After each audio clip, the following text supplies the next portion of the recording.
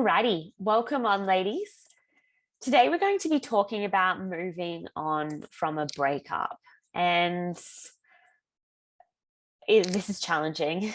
This is not easy. It takes time to heal, and a lot of people that I'm working with one-to-one, a lot of you ladies that have messaged me or that are following me on YouTube have ended the affair relationship. And so if you're at that point where you have ended the affair relationship, you know ultimately this chapter has got to end, it's got to die, but you can't heal, move on, you can't get over your affair partner, then this video is for you in helping you with some strategies on really moving on and getting him out of your head. If you're constantly like, I do not go a minute without thinking of him, or if you've moved forward a little bit, it's like I don't go a day without thinking of him, but ultimately I know I need to move on. If you're at that place and don't know why it's taking so long to move on, or you just want to feel better because breakups hurt, they're hard, then this video is for you. I've got eight I've got 8 things to support you on healing your heart after a breakup and really feeling whole again in this journey. So a lot of what keeps us in pain with a breakup is the idea of what could have been, thinking about where we constantly could have done better, where we might have gone wrong. And what we're going to talk about today is essentially some of the patterns that you might run in your mind that is often coming from a place of shame. And these patterns aren't bringing us fulfilling results internally inside. They're not bringing us peace. And so the first thing, I'm going to highlight some of these things that are causing us pain and 2 questions that you can journal that are really going to help you. If you journal them down and you look back at them, honestly, they will help you so much. So the first one is holding on to hope and commitment. My first question to you is, if you're going through this breakup, how much of you is actually committed to the ending of this relationship? So the reason I ask this is because if there is a part of you that hasn't actually committed to the ending and is internally hoping that he will reach out or that things will get better, and maybe that you being apart will bring you back together because you'll realize what he is missing and he'll want to commit and all these things, you're still invested in the relationship progressing, moving forward, essentially. And so it's important, in order for you to fully heal from this breakup, this relationship has got to die. This chapter in your life has got to end. This journey, we've got to turn the page. And right now, if we're stuck in the hope, we are stuck with the energetic cords connected to him. So, and this wasn't planned in this video, but one of the things that you can do is a meditation, which is cord cutting, and you can look it up on YouTube, a cord cutting meditation. And that is literally cutting the energetic cords between you and your affair partner and choosing to no longer be energetically invested towards this relationship and instead committed to your growth moving forward. This is going to really support you in moving forward, as opposed to staying stuck in processing a lot of what went on in your relationship. So the next one that I wanted to talk about that really keeps you stuck from moving forward is the idea or the fantasy of what the relationship could have been. And this is often when you say things, or when we say things like, we planned on having kids together, we planned on moving to the beach together after he got a divorce, and we had all these plans, and now they haven't ever turned to anything. And so you've constantly, through this whole relationship, held on to all his stories of what the relationship would be, and that felt so good and you held on to that, but that never unfolded. And what I want to actually, I will get into this now, but a lot of this could have been this constant thing like, I love you, that you're the love of my life. I've never loved anyone like you.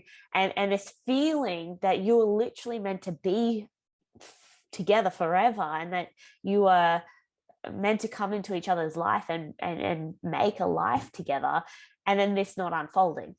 And so one of the things that is going on here when you're going through your breakup, and if you notice this happening, I've got a strategy to support you. But euphoric recall is essentially you recalling past events in a positive light, all the positive shiny things, and constantly replaying over that without giving any attention or significance to the negative things. And this is a natural animalistic tendency that happens where we're clinging on to all the good, because that is our survival state in wanting to stay safe. So you're wanting to hold on to the good memories.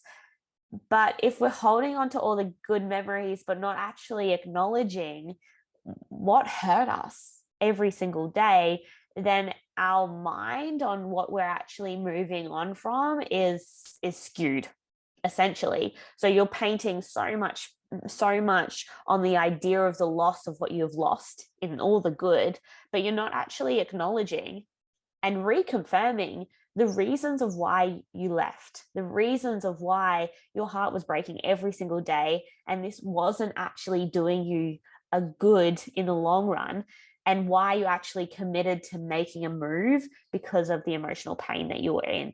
And when we're going through this breakup, often we forget how painful it was while we were in this affair situation, and we're just painting over the beautiful experiences that we did have with them. And so what we want to start doing is we want to start dismantling the fantasy of the affair relationship that you did have with him. Now, when we're talking about dismantling the fantasy of the affair relationship, this in itself is a breakup and a grief of the idea of what you thought your affair partner was to you.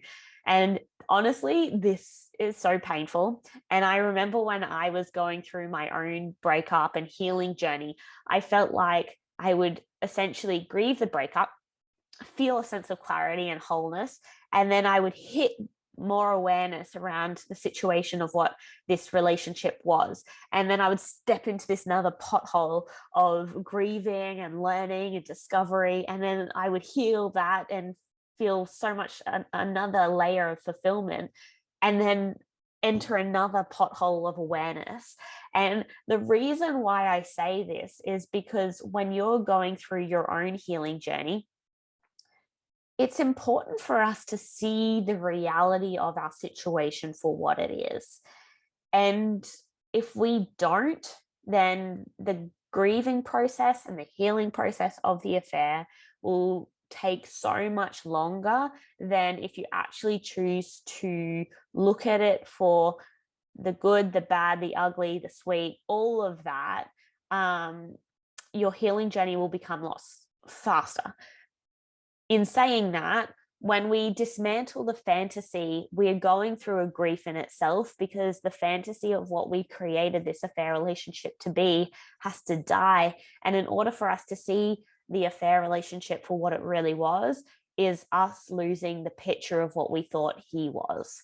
And so one of the ways that I want you to dismantle the fantasy, and the reason for just to gain clarity around why you're dismantling this fantasy, is back to the euphoric recall that we were talking about, is if you're constantly painting pictures around all the good, all the beautiful, all the blessings, all the amazing things that you experience, and neglecting to look at all the pain, then essentially we're stuck in fantasy for one perspective of what the relationship was, without seeing the true picture of what it was, which was a lot of grief and a lot of heartache that you did experience as well.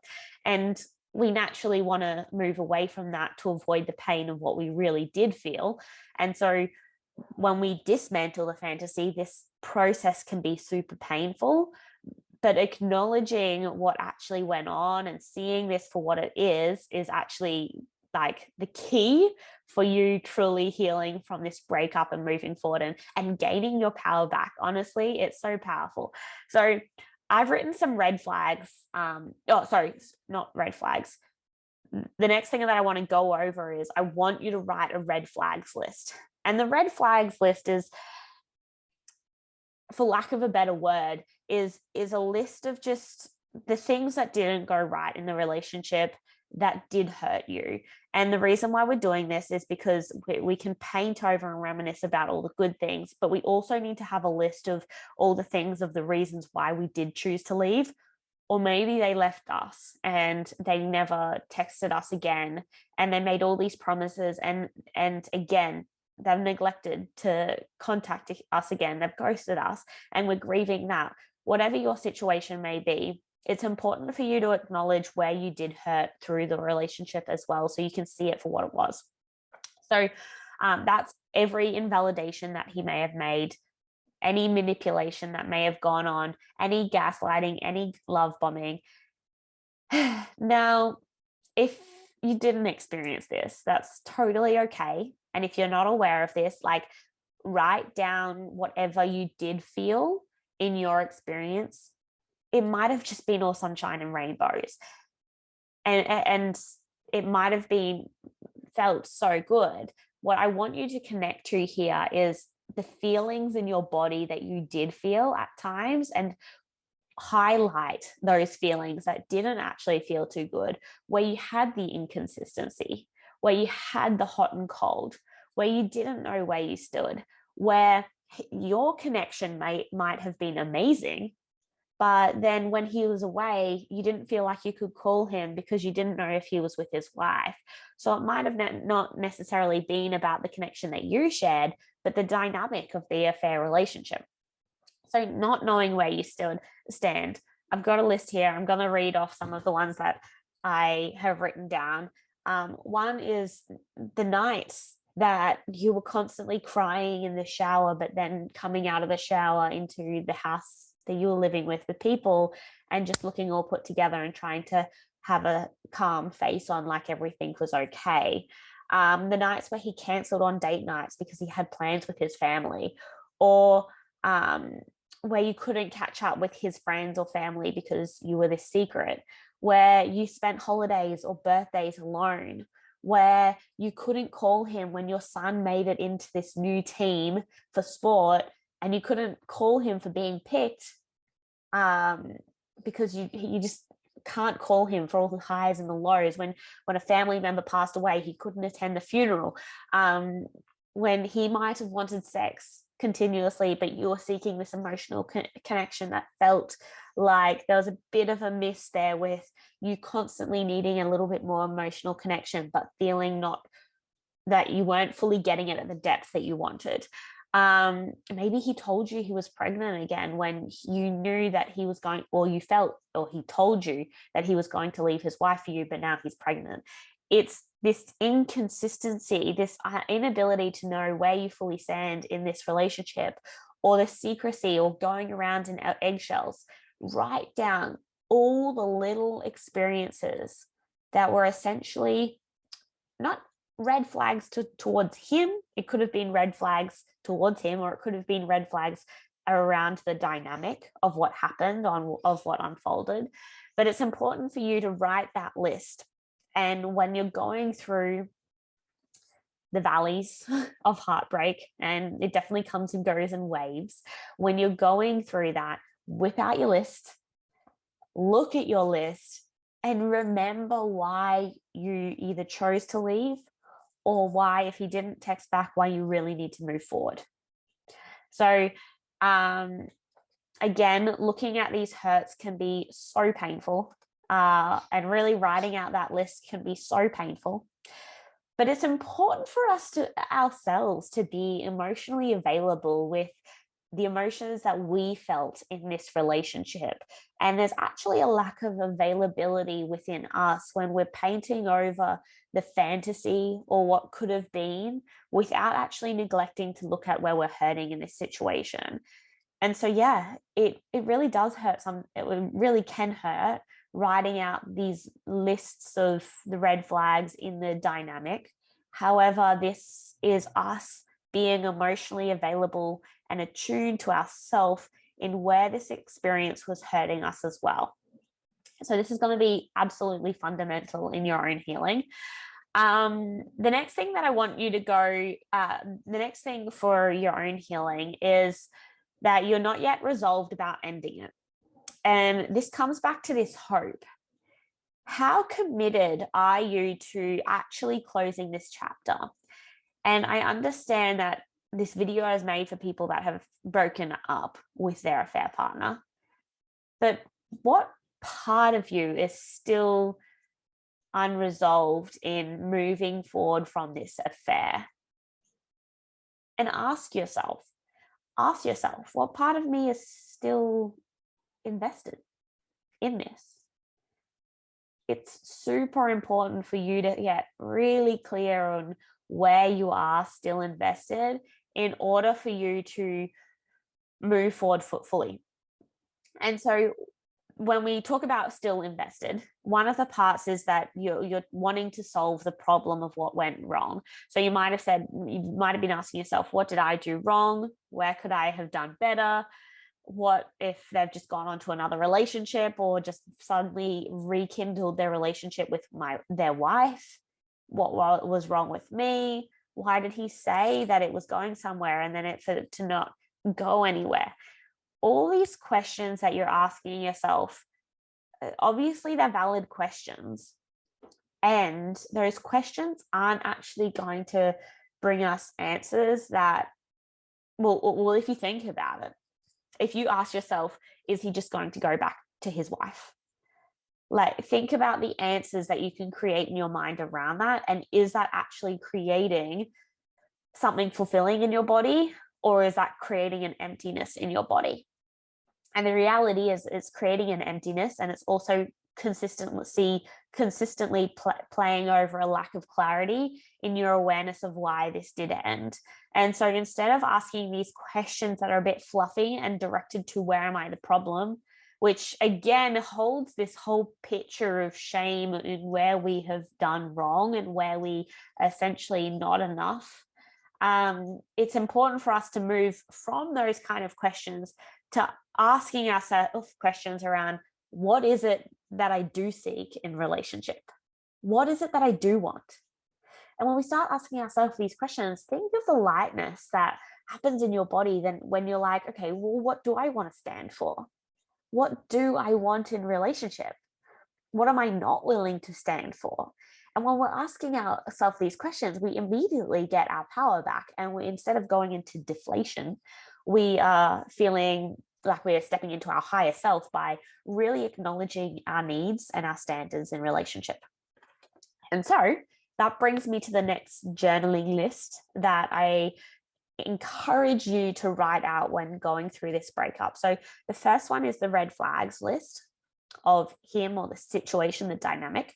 The next one is a list on your why it is so fundamental for you to move forward, to close this chapter, and why this relationship did need to die, did need to end, did need to move forward and close that chapter. And so some of the things that you could write is that I seek consistency in relationship, and that relationship was bringing a lot of inconsistency.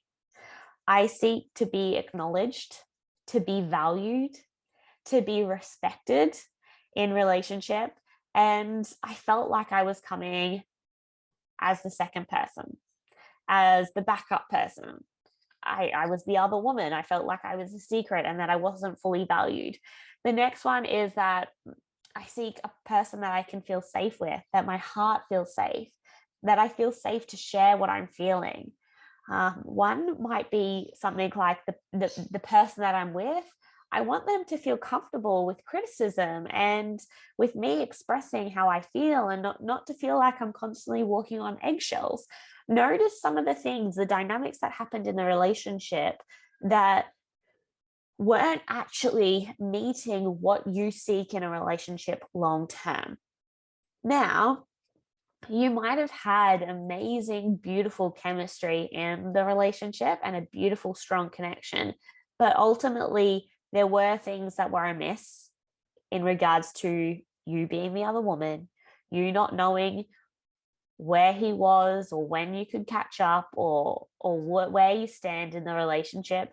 And if that is something that you value, then it's important to write those things down so that you can get clear on your needs, your values in a relationship, and what you really want moving forward, of where you weren't getting that in the affair relationship. It's important to note that, because when we write down these red flags lists, and then also write down the needs and the desires and the safety that you might not have been getting in the relationship, then you can start to bring your head out from this fantasy and bring it back to reality. So that's the next list that I want you to create, or that I invite you to create, encourage you to create, because it's so powerful. And what will happen is, if you create it when you're feeling good, or potentially when you're not feeling good, ultimately there's going to be emotions that come and go as you're going through this healing process. And so when it is hard, bring out this list, read over this list, and it will re-clarify why it's time to move on from this affair relationship. And I know for sure a lot of the women that I work with, and this has happened to me, but when you write this list and you read over it, you'll suddenly feel this like the shame wear away of where you could have done better, or where you wanted it to work out and everything like that, and realize, hey, that journey could have been beautiful. There could have been an amazing connection between you two. And ultimately, it wasn't fulfilling me in the way that I seek in relationship. So the last thing that I want to quickly go into is understanding where their words and actions may have not met up. And I'm not sure if I mentioned this in videos before, but this is super helpful. And this is a thing where, if you picture your affair partner, I want you to picture your affair partner. And I want you to take away his words, his beautiful words of how much he adores you, how much he means to you, how beautiful you are, all those words that he says. I want you to take them away. I want you to take away his looks, his physical attraction and the chemistry that you had. And I want you to take away his accomplishments, his hobbies, his career success, anything around that, who he is and what he likes doing. I want you to take away that, his goals, take away that. And I just want you to have his actions towards you and the investment of the relationship. Sorry, my phone started ringing. But I want you to take away all of that and look at purely his investment towards you and the relationship based on his actions. What does that look like? And is that a level of what you want in a partner? And a lot of the women that I talk with can be in these affairs for year, 2 years, 3 years, and realize that over time, they've spent less than a week with this person, yet so much emotional energy and space has consumed them over these years, when in reality, they couldn't actually spend that much time with them. Or they might have spent time, but what are his actions like? Are the actions that make you feel good? And so that is a beautiful strategy to run, and just getting aware around his words versus his actions. The next thing that I just want to close out on in helping you heal from this is really acknowledge and realize how much space this affair relationship and this man has rented in your mind for so long and really consumed you. And often inconsistency in general really consumes us, because we're trying to find answers that we don't have. And again, that shows a level of unavailability with our own emotions and acknowledging our own emotions within us, because we're trying to seek the clarity within without going externally to understanding what is going on. But ultimately understand how much this situation has really rented and taken up space in your mind, and give yourself some grace there, because when we're healing from a breakup, yes, they may no longer be in your life, but the reality of how much they were living in your mind prior to the breakup is not just going to go away overnight. There is habits that have been learned, there's wiring that has taken place, and it's not just going to go away with a flick of a switch. Like you moving job, there takes an adjustment period for you entering this new place of being. So I want you to give yourself grace while healing this experience. It's been inconsistent, rocky, emotional, and there's a lot of healing that needs to take place in order for you to fully move on for good. And I hope that those two journaling techniques really support you in grounding yourself on the why behind why it is essential for you to move forward for good. So I hope that helps. If you have any questions, let me know below, or reach out in my Instagram at KateLondon01 or on my website. And we're also doing group coaching now. So if that's something that interests you as well, then you can have one-to-one call with me or join the group. So I hope that helps. Bye for now.